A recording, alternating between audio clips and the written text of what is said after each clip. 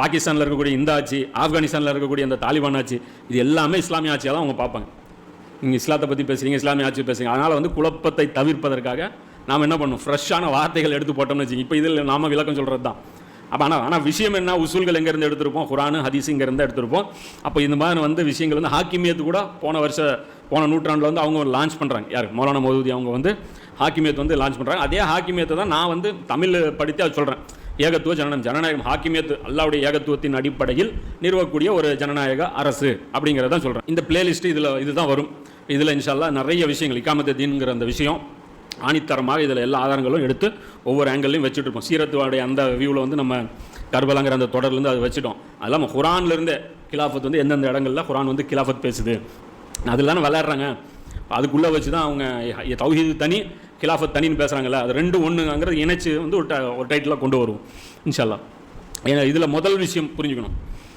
ஏன்னா இது சில பேருக்கு வந்து இது அதாவது கிலாஃபத் அந்த ஹார்டுகோர் கிலாஃபத் இருக்காங்களா, கிலாஃபத் அந்த இனவெறி அடிப்படையிலையும் அந்த ஆட்சி அதிகாரம் அடிப்படையிலும் உலகியல் அடிப்படையிலும் இருக்கக்கூடியவங்களுக்கு இந்த தலைப்பு வந்து கொஞ்சம் கசக்கும். தௌஹீது அதெல்லாம் இந்த குரானுடைய அந்த வசனங்கள் இதெல்லாம் பேசும்போது கொஞ்சம் அவங்களுக்கு அலர்ஜியாக இருக்கும். அது மாதிரியான டைட்டில் தான் இன்றைக்கி. இப்போ இதில் புரிஞ்சுக்கணும் எப்படின்னா, இதனுடைய அடித்தளம் எது, கிலாஃபத்துடைய அடித்தளம் எதுன்னா தௌஹீத் தான். அப்போது இதில் இந்த ஏகத்துவம் பொறுத்த வரைக்கும் ரொம்ப ஸ்ட்ராங்காக நம்ம வந்து புரிஞ்சுக்கணும். ஏன்னா உலகத்தில் எந்த ஒரு அரசியல் கோட்பாடும் இப்போ வந்து ஏகத்துவ ஜனநாயகம்னு எடுத்துங்க, ஏகத்துவத்தின் அடிப்படையில் கொண்ட ஒரு ஜனநாயகம் அப்படின்னா, இப்போ இந்த ஜனநாயகத்தை நோக்கி நம்ம மக்களை கூப்பிட்றது அவ்வளோ ஈஸி கிடையாது. இப்போ எந்த ஒரு அரசியல் கொள்கையை நோக்கி நீங்கள் கூப்பிட்றது ரொம்ப ஈஸி.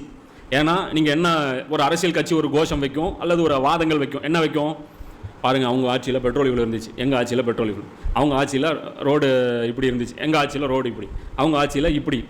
அது காட்டுற விஷயங்கள் எல்லாமே என்னவாக இருக்கும், துனியா சார்ந்த ஒரு விஷயமா இருக்கும். யார் வேணாலும் அந்த வளர்ச்சிகளை யார் விரும்புகிறாங்களோ அவங்க எல்லாருமே போய் சுலபமாக போய் அவங்க கனெக்ட் பண்ணிக்க முடியும். ஆனால் இங்கே வந்து அப்படி கிடையாது. இஸ்லாத்தில் வந்து நீங்கள் வெறும் அரசியல் மட்டும் இங்கே பேச முடியாது. அரசியல் கட்சியில் அப்படி உங்களை சேர்த்துக்கவும் முடியாது. ஏன்னா இஸ்லாத்தில் நீங்கள் எடுத்தீங்கன்னா டோட்டலாக எல்லாத்தையுமே நீங்கள் விட்டுட்டு வரணும். எது விட்டுணும். இப்போ ஒரு இந்து ஒருத்தர் இருக்கிறாரு, அவர் கம்யூனிசத்தில் இருக்கிறாரு, அங்கேருந்து அந்த கொள்கை அரசியல் கொள்கை பிடிக்கல, கேபிட்டலிசம் அவர் ஷிஃப்ட் ஆகிட்டார்னா ஏதாவது அவர் மதம் மாற்ற வேண்டிய தேவை இருக்கா, வணக்க வழிபாடு ஏதாவது சேஞ்ச் பண்ண வேண்டிய தேவை இருக்கா, அவருடைய வாழ்க்கை முறை ஏதாவது மாற, ட்ரெஸ்ஸு தோற்றம் எதையாவது மாற்ற வேண்டிய தேவை இருக்கா, இல்லை. ஆனால் இஸ்லாமிய அரசியலில் அவருடைய பெனிஃபிட்ஸ் மட்டும் பார்த்து உள்ளே வர முடியும். இங்கே தான் பிரச்சனைக்கு புரியுது இல்லையா. அப்போது உங்களுடைய கடவுள் கொள்கையை முதல்ல சரி பண்ணணும். இப்போ நீங்கள் அரசியல் வந்து பெட்ரோல் உங்களுக்கு இந்த ரேட்டு குறையணும் அப்படின்னா முதல்ல உங்கள் கடவுள் கொள்கையை சரி பண்ணணும். அப்போது கடவுள் கொள்கை, அது தனிநபர் ஒழுங்கு, நீங்கள் இப்படி தான் வாழணும், இப்படி தான் நீங்கள் இருக்கணும், உங்களுக்கு வந்து இந்த விஷயங்கள் ஒழுக்கத்தை வந்து நீங்கள் ஃபாலோ பண்ணணும், நீங்கள் வந்து சாராயம் குடிக்கக்கூடாது. இப்போ இந்த தனிநபர் ஒழுங்கு வந்துடும். அப்புறம் ஊர் வழக்கத்தை நீங்கள் விடணும். ஊரில் இருக்கிற வழக்கத்தில் நீங்கள் ஃபாலோ பண்ண முடியாது. சடங்கு சம்பிரதாயம் அதையும் நீங்கள் செய்யக்கூடியவர் தான், அதையும் நீங்கள் விடணும். இதெல்லாம் விட்டுட்டு தான் இஸ்லாமிய அரசியலில் நீங்கள் நுழைய முடியும். இது ஒரு சவாலான, அதனால தான் இந்த கொள்கை ஜெயிக்க மாட்டேங்குது. இதோடைய அந்த பெனிஃபிட்ஸ் மட்டும் எடுத்து மக்கள் மத்தியில் வச்சோம்னு வச்சுக்கோங்க, ஸ்டக்குன்ட்டு எல்லோரும் வந்துடுவாங்க. புரியுது இல்லையா. இஸ்லாத்தில் வந்துட்டா டேக்ஸ் சிஸ்டம் இப்படி இருக்கும், இஸ்லாத்தில் வந்தால் ஜுடிஷியல் சிஸ்டம் இப்படி இருக்கும், இஸ்லாத்தை இது இப்படி இருக்கும் அப்படி இருக்குன்னு காமிச்சு பாதி இஸ்லாத்தை காமிச்சு கூப்பிட்டிங்கன்னா எப்பயுமே கூட்டம் சேரும். ஆனால் ஃபுல்லாக கூப்பிட்டிங்கன்னா என்னது, எங்கள் கடவுள் கொள்கையும் சேஞ்ச் பண்ணிக்கணுமா, அப்போ நாங்கள் வரவே மாட்டோம். அதுக்கு அங்கேயே இருந்துட்டு போய், ஏன்னா அந்த கனெக்ஷன் வந்துருக்கும். அதனால தான் பார்த்தீங்கன்னா அந்த சிலைகள் எப்பயுமே அவங்க வச்சுருப்பாங்க. சிலைகள் விட்டால் அது வேறு வேலையை பண்ணிடும். அதாவது இப்ராஹிம் நபி சொல்லுவாங்க அந்த சிலைகளை பார்த்து, இது வந்து வெறும் சிலைகள் கிடையாது, உங்களுக்கிடையே இருக்கக்கூடிய பிணைப்பை வலுப்படுத்தி வைக்கக்கூடிய சாதனங்கள் இது. இது சிலை கிடையாது. அது அந்த இடத்துல இன்றைக்கி அந்த சிலைகள் இடத்துல இன்றைக்கி எது வந்துருச்சு, ஜமாத்துகள் வந்துருச்சு. அந்த சிலைகள் இடத்துல இன்றைக்கி என்ன இருக்குது, ஜமாத்துகள். இந்த ஜமாத்தில் போனால் இவர் ஜமாத்துடைய தாய், அங்கே போனால் அவருக்கு மரியாதை கிடைக்கும், அங்கே போனால் அங்கே தான் ஜும்மா தொழ முடியும், அங்கே தான் இது பண்ண முடியும். அந்த கனெக்ஷன் வந்து அதை தான் அல்லாமா இக்பால் வந்து பேசுகிறார். அகர்ச்ச புத்து ஹே ஜமாத் கே ஆஸ்தினோமே, சிலைகள் ஜமாத்துகள் சிலைகளாக மாறும்போது அப்படின்னு அவர் சொல்லும்போது அவர் சொல்கிறார், முஜே ஹே ஹுக்மே அஸான் லா இலாஹ இல்லல்லாஹ். அப்போ எனக்கு இடப்பட்ட கட்டளை வந்து லா இலாஹ இல்லல்லாஹ்னு பாங்கு சொல்லுங்கள் அப்படின்ட்டு அல்லாஹ் எனக்கு சொல்கிறேன். ஸோ அதனால் ஜமாத்துகள் செய்ய வேண்டிய பணி கைவிட்டுட்ட போது நான் வெளியில் இருந்துட்டு கத்துறேன் லா இலாஹ இல்லல்லாஹ் அப்படின்னு. அப்போ அது புரிஞ்சுக்கணும், முதல்ல எல்லாத்தையுமே விடணும். அப்போ கிலாஃபத்துங்கிறது ஒரு ஐடியாலஜிக்கல் ஸ்டேட், அதனால் ஐடியாலஜி ரொம்ப ஸ்ட்ராங்காக இருக்கணும். அது ஸ்ட்ராங் இல்லைன்னா எந்த கட்டம், ஏன்னா அதோடைய ஸ்டேஜஸ் ரொம்ப மோசமானது. எது கேட்கறதுக்கு ரொம்ப இனிமையானது, இஸ்லாமிய அரசியல் எளிதுன்னு நினச்சிக்கிறாங்க, கஷ்டமானது. ஏன்னா மசாயில் பிரச்சனை வரும், மசாயில் பேசி பிரச்சனை வருமாமா, அதுக்கு பயந்துக்கிட்டு இந்த கிலாஃபத் பேசக்கூடிய என்ன பண்ணுறாங்களாம், இந்த பிரச்சனையை உங்களால் வெட்டி பிரச்சனைங்கிறோம். இது ஒரு பிரச்சனை, அதுக்கு பயந்து அதில் எங்கே மசாயில் பேசி எவனா செத்துருக்கானா, தராவி 20ன்னு சொல்லி கொல்லப்பட்டவங்க எத்தனை பேர், ஜெயிலில் போனவங்க எத்தனை பேர், அல்லாஹ் மட்டுமே தான் அதிகாரம் இருக்கணும்னு சொல்லி கொல்லப்பட்டவங்க, ஜெயிலில் போனவங்க, ரம்பத்தில் 2 அறுக்கப்பட்டவங்க, இரும்பு சீப்புகளால் கீறப்பட்டவங்க, அது பெரிய பட்டினி நெருப்பில் தூக்கி போடப்பட்டவங்க, அதுதான் லிஸ்ட்டு பெருசு. மசாயிலில் வந்து இது ஒரு பிரச்சனை. ஏன்னா ஐடியாலஜி ரொம்ப ஸ்ட்ராங்காக இருக்கணும். இல்லைன்னு வச்சுங்க, ஏன்னா இங்கே ஒவ்வொரு கட்டத்திலையும் தோல்வி மட்டும்தான் உங்களுக்கு காத்துட்ருக்கும். துனியாவில் வெற்றி வர்றதுக்கு 0.01%. நீங்கள் இஸ்லாமிய அதான் சொன்னீங்க, இஸ்லாமிய பொலிட்டிக்கல் பேசும்போது வாண்டு எல்லாரும் கேட்பான். ஆனால் இதுக்கு நீங்கள் களிமா சொல்லணும் அப்படின்னா போயிடும். வேணாம், உன் கொள்கையை நீயே வச்சுக்கோ, நான் இப்படியே வாழ்ந்துட்டு போகிறேன். இவங்க இதை விட மாட்டாங்க. நிறைய பிரச்சனை இருக்குது, புரியுதா இல்லையா? அப்போ அதுக்கு வந்து அல்லாஹ் என்ன சொல்கிறான், கொள்கை எப்பயுமே ஸ்ட்ராங் இருக்கணும் அல்லாஹ் சொல்கிறான். அது குர்ஆனில் அல்லாஹ் ஒரு உதாரணத்தை சொல்கிறான். சுப்ஹானல்லாஹ், எவ்வளோ அழகான உதாரணம் இருக்குது. கலிமாவை தையிபா இருக்குது, அல்லாஹ் எவ்வாறு உதாரணம் கூறுகிறான் என்பதை நீர் கவனிக்கவில்லையா? அது மனம் மிக்க ஒரு நல்ல மரத்தை போன்றது. கலிமாவை தையிபாவுக்கு அல்லாஹ் உதாரணம் சொல்கிறான். கலிமா தையிபான்னு என்ன?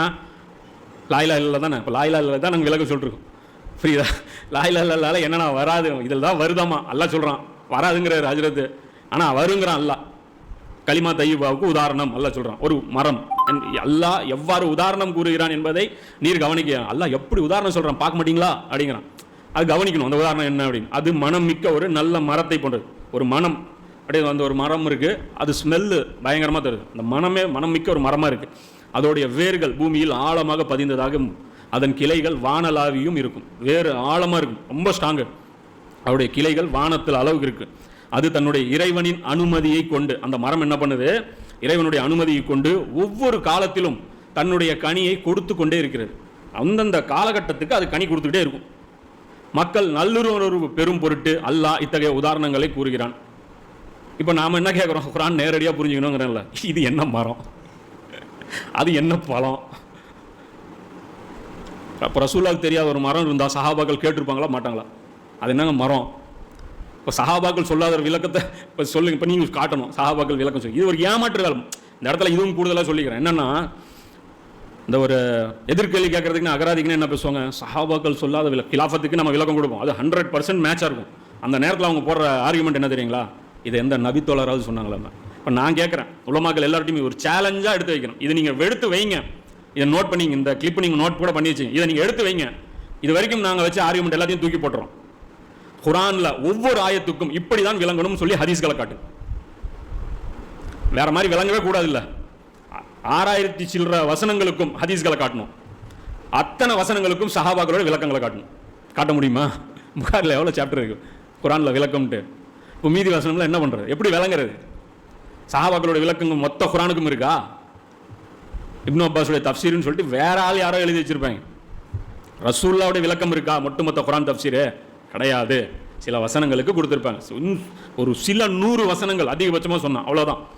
ஆனால் அது இல்லாமல் நாம தான் நிறைய விளங்க வேண்டியது இருக்குது. நம்ம தான் விளங்கணும். நம்ம எஃபர்ட் போடுற மாதிரி தான் ரசூலுல்லாஹ் வச்சுட்டு போயிருக்காங்க. சஹாபாக்களும் விளக்கம் கொடுத்தது ரொம்ப ரொம்ப கம்மி. புகாரில் எடுத்து பாருங்களேன், புகாரி கையில் தானே இருக்குது. திருக்குரானின் விளக்கங்கள், திருக்குரானின் தஃப்சீர்னு சொல்லிட்டு புகாரில் சாப்டர் இருக்குது. ஆப் அடிச்சு பாருங்கள், எத்தனை ஹதீஸ் இருக்கும். ஒரு 100-150 ஹதீஸ் இருந்துச்சுன்னா ஜாஸ்தி. அதுவும் ஒரே ஆயத்துக்கு 4 விளக்கம் கொடுத்த ஹதீஸ்லாம் இருக்கும். இந்த ஆயத்துக்கு இப்படி விளக்கம், இவருடைய விளக்கம் இப்படி, இவருடைய விளக்கம் இப்படி இருந்தால் இப்படி தான் இருக்கும். குர்ஆனுக்கு இவங்க மக்கள் என்ன நினச்சிக்கிறாங்க, எல்லா வசனங்களுக்கும் விளக்கம் இருக்கும். ஒரு ஆயத்தின் அலிஃப் லாம் மீம்னா அது உடனே ரசூலுல்லாஹ் விளக்கம், ஆலிகல் கிதாப் லா ரைப ஃபீனா அதுக்கு ரசூலுல்லாஹ் விளக்கம், எல்லாமே இருக்குன்னு நினைக்கிறாங்க. அப்படிலாம் இல்லை. குர்ஆனில் 95% விளக்கம் சொல்லப்படாததாக இருக்குது. அது நாமளே விளங்கக்கூடிய விதத்தில் தான் இருக்குது. அப்போ இங்கே கலிமா தையிபா பற்றி அல்லாஹ் சொல்கிறான், இது தன்னுடைய இறைவனின் அனுமதியை கொண்டு ஒவ்வொரு காலத்திலும். அப்போ இது ஒரு மரம், அப்போ இது ஆழமாக இருக்கணுங்கிற. இப்போ இது பாருங்கள், இது தௌஹீது. தௌஹீதுங்கிற மரத்திலிருந்து மனிதர்களுக்கு ஒவ்வொரு காலகட்டத்திலையும் கனிகள் வெளிப்பட்டு கொண்டே இருக்கும். இதுதான் சப்ஜெக்ட். அப்போ ஏகத்துவத்தில் ஒரு காலத்தில் அன்றரை காலத்துக்கு என்ன மரம் பழம் தேவையோ அந்த பழத்தை அது கொடுக்கும். இப்போ நபி ஸல்லல்லாஹு அலைஹி வஸல்லம் காலத்துடைய பழம் என்ன? அரசியல் சீர்திருத்தம், கிலாஃபத். அரசியல் சீர்திருத்தம், நபி ஸல்லல்லாஹு அலைஹி வஸல்லம் வளர்ச்சி அடைந்த மனித குலத்திற்கு அது தேவை. அப்போ மரம் இருந்துக்கிட்டே இருக்கும். ஆதம் நபியிலிருந்து உலகம் அழியிற வரைக்கும் அந்த ஏகத்துவங்கிற அந்த மரம் இருந்துக்கிட்டே இருக்கும். அந்த மரத்தில் திடீர்னு முளைக்கும் கிலாஃபத். இவங்க என்ன கிண்டல் பண்ணுறது, ஆதம் அலைஹிஸ்ஸலாமுக்கு கிலாஃபத்து கொடுக்கப்பட்டுச்சா? அப்போ நபிமார்கள் எல்லாம் கிலாஃபத்தாக வந்தாங்களா? அது கொடுக்க வேண்டிய நேரத்தில் அந்த பழம் கொடுக்கும். இப்போ வெளிப்பட வேண்டிய, ஆனால் அந்த மரம் எப்பயுமே இருக்கும். கிலாஃபத்துங்கிற அந்த தௌஹீதுங்கிற அந்த மரம். அப்போ இதிலிருந்து வந்த ஒரு அதுதான் ஏகத்துவ ஜனநாயகம்ங்கிறோம்ல. அப்போ மக்கள் நல ஆட்சியும் வந்து ஒரு கிளையாக அது வந்து வெளிப்படுது. இதில் இன்னொரு விஷயமும் புரிஞ்சுக்கணும். என்ன அப்படின்னா, இந்த மரத்தை வச்சு தான் நம்ம பழத்தை வந்து எதிர்பார்க்கணும். புரியுதா? நம்ம கேட்குறது என்ன? பழம். இஸ்லாமிய ஆட்சியில் பெண்களுக்கு வந்து வன்கொடுமை நடக்காது. அதே மாதிரி இங்கே நடக்கணுமா? எது குஃப்ருடைய ஆட்சியில் அதை எதிர்பார்ப்பேன். கிடைக்கும். எப்படி கிடைக்கும்? பழம் அது மரம். அது நீ அதை அந்த இஸ்லாமிய ஆட்சி நபி ஸல்லல்லாஹு அலைஹி வஸல்லம் நட்டு வச்ச மரத்துடைய ஒரு பழம் என்ன? வறுமை ஒழிப்பு, விபச்சார ஒழிப்பு, மது ஒழிப்பு, தீமைகள் ஒழிப்பு, நன்மைகள் எளிதாவது. இது எல்லாமே ரசூலுல்லாஹ் நட்டு வச்ச மரத்துடைய பழம். அந்த பழம் வேணும், நீ மரம் வைக்கணும். மரமே வைக்காம வெறும் பழம் வேணும் வராது. புரியுதா இல்லையா? புரியலையா? அப்போ நம்ம கேட்குறது அதனால வந்து பழத்துக்காக இவங்க போராடுறாங்க பாருங்க. நாங்கள் வந்து மது ஒழிப்புக்காக நாங்கள் நோட்டீஸ் கொடுக்குறோம். என்ன மது ஒழிச்சிருவாங்க? மது ஒழிஞ்சிருமா? ஒழியாது. அப்போ அதுதான், இது ஒழிக்கவும் முடியாது. அவங்க கோரிக்கையை ஏற்றுக்கவும் மாட்டாங்க. கேட்டால் என்னன்ற நன்மை ஏவி தீமை தடுக்கிறாங்க. நன்மை ஏவி தீமை தடுக்கிற மெத்தடே இது கிடையாது. அது முதல்ல புரிஞ்சுக்கணும். இது கெட்ட மரம் நீங்கள் வச்சிருக்கீங்க, அது கெட்ட கனிகளைத்தான் வெளிப்படுத்திக்கிட்டே இருக்கும். அல்லாஹ் சொல்கிறான் கலிமாவே ஹபீஸா, அசுத்தமான கொள்கை. அது ரெண்டு பிரிக்கிறான் அல்லாஹ். சுத்தமான மரம், அசுத்தமான மரம். கலிமாவே தையிபா, கலிமாவே ஹபீஸா. அசுத்தமான வாக்கியத்திற்கு உதாரணம் கெட்ட மரமாகும். பூமியில் மேல் பாகத்திலிருந்து அதன் வேர் பிடுங்கப்பட்டிருக்கும், அதற்கு நிலைத்து நிற்கும் தன்மையும் இல்லை.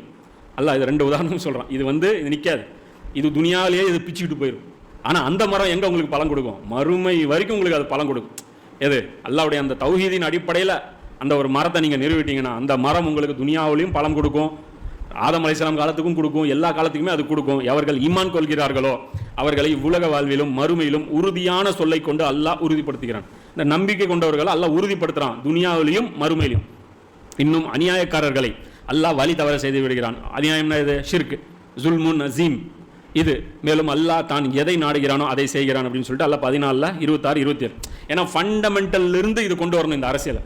அதனால தான் கஷ்டம். ஏன் ஒர்க் அவுட் ஆகலாம் ஏன் ஒர்க் அவுட் ஆகலாம்? இதுதான் விஷயம். முழு பேக்கேஜ் இது கொண்டு வரும்போது ரொம்ப கஷ்டம். இது நபிமார்களாலவே வந்து முடியாமல் ஏகப்பட்ட நபிமார்கள் இதில் வந்து கொலாப்ஸ் ஆனாங்க. வெறும் துனியாவுடைய நலன்கள் கூப்பிட்டிங்கன்னா நிறைய ஒரு நரி கூட்டம் ஒன்று உருவாயிடும். அந்த கூட்டம் ஆட்சிக்கு வர்ற வரைக்கும் உங்கள்கிட்ட நடிக்கும். ஆட்சிக்கு வந்ததுக்கப்புறம் அந்த கூட்டம் உங்களை ஹைஜாக் பண்ணிவிட்டு உங்களை கொண்டுட்டு அதுக்கப்புறம் அந்த வண்டியை எடுத்துகிட்டு அது ஓட்டும். உங்கள்கிட்ட வண்டி ஸ்டேரிங் வாங்குற வரைக்கும் அது நடிக்கும். இப்படி இருந்தார்ல ஒருத்தர், நம்ம தம்பி அப்படின்னு எப்படிலாம் பார்த்தோம், கையில் பவர் வர்ற வரைக்கும். அது மாதிரி தான் இருப்பாங்க. பிஹேவியர் அப்படி இருக்கும். பவர் வந்துருச்சுன்னு வைங்க, எப்போ கால் படுதுல தள்ளி நிற்கலாம்ல அப்படின்னு போய்கிட்டே இருப்பாங்க. அப்போ இதோடைய அந்த மரத்துடைய அடித்தண்டு ஸ்ட்ராங்காக இருக்கணும். இல்லைன்னா ரெண்டு விஷயம், வர்ற பிரச்சனையெல்லாம் பிச்சுட்டு ஓடிடுவோம், கொடுக்குற டார்ச்சரில் ஓடிடுவோம், அதுவும் நிற்காது இது பேசி வந்தால் கூட. அதனால் வந்து எப்பயுமே கிலாஃபத்து ஸ்டடி பண்ணால் தௌஹீது ஒழுங்காக ஸ்டடி பண்ணணும். தௌஹீது பேசாமல் கிலாஃபத்துக்கு போயிட்டீங்கன்னா கொலாப்ஸ் ஆகி போயிடும். நாம ஏன் அங்கேருந்து ஸ்டார்ட் பண்ணல அப்படின்னா, அங்கே தௌஹீதெல்லாம் ஏற்கனவே தெரிஞ்ச விஷயம். இன்னும் சொல்ல போனால் நான் வந்து ஒரு ப்ராப்பரான ஒஸ்தாது கிடையாது. நீங்கள்லாம் அதாவது ஏன் இப்படி நீ இப்படி எங்கெங்கோ போயிட்டு என்னென்ன டாபிக் எடுக்கிறேன்னா, நீங்கள் ஒழுங்காக நடத்திருந்தீங்கன்னா எங்களுக்கு வேலை வச்சதே உங்களுக்கு அசிங்கம். இதில் நான் தப்பாக செய்கிறேன்னா நீங்கள் கேட்கவே கூடாது. புரியுதா இல்லையா? எனக்கெல்லாம் வேலை கொடுத்ததே அது தப்பு இல்லை, ஃபீல்டில் இருந்துருக்கக்கூடாது. ஏன்னா ஒரு டாக்டரே இல்லை, இப்போ ஒருத்தர் வந்து ஒரு தையல் கடைக்காரரை கூப்பிட்டு ஒருத்தர் ஸ்டிச்சிங் போட்டிருக்காருன்னா அர்த்தம் என்ன? ஊருக்குள்ளே இருக்கிற டாக்டர்லாம் அது உங்களுடைய கடமையை தவறிட்டீங்க, அதனால் குறைஞ்சபட்சம் ரத்தம் ஓட்டுறது நிறுத்துறதுக்காக ஒரு தையல் கடைக்காரரை வச்சு ஒப்பேற்றிட்டு இருக்கிறோம். அது வந்து சானிடைஸ் பண்ணல, ஸ்டிச்சிங்லாம் இப்படி வருமா, இந்த ஊசியில் போட்டு குத்திட்டு இருக்கிறான், அதெல்லாம் பேசக்கூடாது. அதில் என்ன நீங்கள் வந்து ஒழுங்காக ப்ராப்பராக நீங்கள் கிளாஸ் நடத்துங்க. அதெல்லாம் நீங்கள் பண்ணுற வேலையை விட்டுட்டுனால அதனால் நம்ம என்ன பண்ணுறோம், எங்கேருந்து நம்ம முதல்ல சீரத்துலேருந்து ஆரம்பித்தோம், அதுலேயும் எங்கே ஆரம்பிக்கணும்னு தெரியாமல் எங்கேருந்தோ ஆரம்பித்தோம். அதுக்கப்புறம் அங்கே கொண்டு போய் இங்கே கொண்டு போய் அது எங்கெங்கேயோ போய் இப்போ இங்கேருந்து இப்போ கொண்டு வந்துட்டுருக்கோம். அதை ஆனால் மௌலானா மௌதூதி பொறுத்த வரைக்கும் அவங்க ஃபுல் ஸ்ட்ரக்சர், இது லிட்ரேச்சர், அவங்களோட லிட்ரேச்சர்லேருந்து நான் எடுத்துகிட்டு வந்து பேசிகிட்டு இருக்கேன். அவங்க முழு அந்த சப்ஜெக்ட்டையும் கொடுத்தாச்சு உம்மத்துக்கு. அவரை தான் நீங்கள் வந்து வழிகட்டவர் அப்படின்னு சொல்லி ஃபத்வா கொடுத்து ஓரமாக உட்கார வச்சுட்டு இருக்கீங்க. இப்போ அங்கே லிட்ரேச்சர்லேருந்து இப்போ ஒவ்வொன்றா நம்ம அப்பப்போ எடுத்துகிட்டு வரோம். அந்த காலம் வந்து தீர்மானம் பண்ணுது இல்லையா, என்னென்ன தேவைன்னு இப்போ அதை ஃபீல் பண்ணுறோம். இந்த இடத்துலேருந்து இப்போ அதை கொண்டு வரணும். ஏன்னா இந்த கேள்வி வைக்கிறாங்க, தௌஹீத் வேற கிலாஃபத் வேறங்க. அப்போ இவங்களுக்கு தௌஹீத் தான் கிலாஃபத்துன்னு முதல்ல புரிய வைக்கணும். தௌஹீதும் கிலாஃபத்தும் வேற இல்லைங்கிறது முதல்ல இவங்க புரிஞ்சால் தான் இதுக்கப்புறம் இவங்க தௌஹீதை பற்றி இவங்க பேச மாட்டாங்க அப்படிங்கிறதுக்காக அது கொண்டு. அப்போ இந்த விஷயத்தை பொறுத்த வரைக்கும் மரம் ரொம்ப ஸ்ட்ராங் இருக்கணும். அப்போ இந்த மரத்துக்கு, அதாவது மனித குலத்துக்கு தேவையான பழங்கள் கிடைக்கக்கூடிய இந்த மரத்துக்கு 3 பொருள் தேவை. 3 பொருள் இருந்தால் தான் இந்த மரம் ஸ்ட்ராங்காக நிற்கும். 1 ஏகத்துவம், அல்லாஹ்வை பற்றிய நம்பிக்கை. 2வது தூதுத்துவம், இறை தூதர்கள் பற்றிய சரியான புரிதல். 3வது மறுமை நம்பிக்கை. இந்த கியாமத்துடைய நம்பிக்கை ரொம்ப ஆழமாக இருக்கணும். அல்லாஹ் தான் எல்லா அதிகாரமும் மிக்கவன் என்ற நம்பிக்கை இருக்கும். ஒரு கட்டளை வருதுன்னா அல்லாஹ்வுக்கு அது போடுறதுக்கு தகுதி இருக்குது. எனக்கு ஒரு ஆர்டர் இவன் போடுறான்னா ரைட்டு, இவன் போடலாம், தப்பு கிடையாது. ஏன்னா உலகத்தை படைச்சிருக்கான், எனக்காக இதை செஞ்சுருக்கான், எனக்காக அதை செஞ்சுருக்கான். அந்த வந்து 100% அந்த டெடிகேஷன் இருக்கும்.